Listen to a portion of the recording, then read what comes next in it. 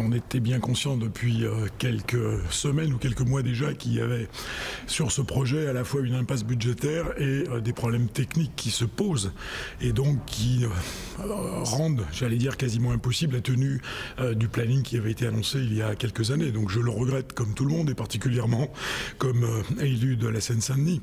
Bon, maintenant il va falloir faire avec et en espérant d'ailleurs que les délais qui ont été annoncés, notamment pour les tronçons qui concernent les Jeux Olympiques, pourront être tenus.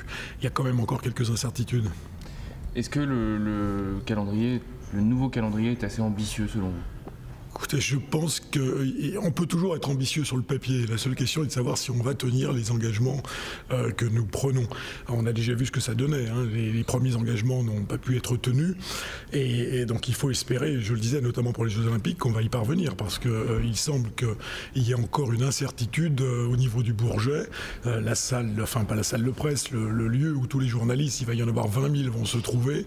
On n'est pas encore certain qu'ils pourraient être desservis par le tronçon concerné. Donc voilà. Je pense que même ce qu'a annoncé le Premier ministre, à mon avis, reste ambitieux en termes de calendrier. Donc maintenant, il n'y a plus qu'à espérer que techniquement, il n'y ait pas de problème.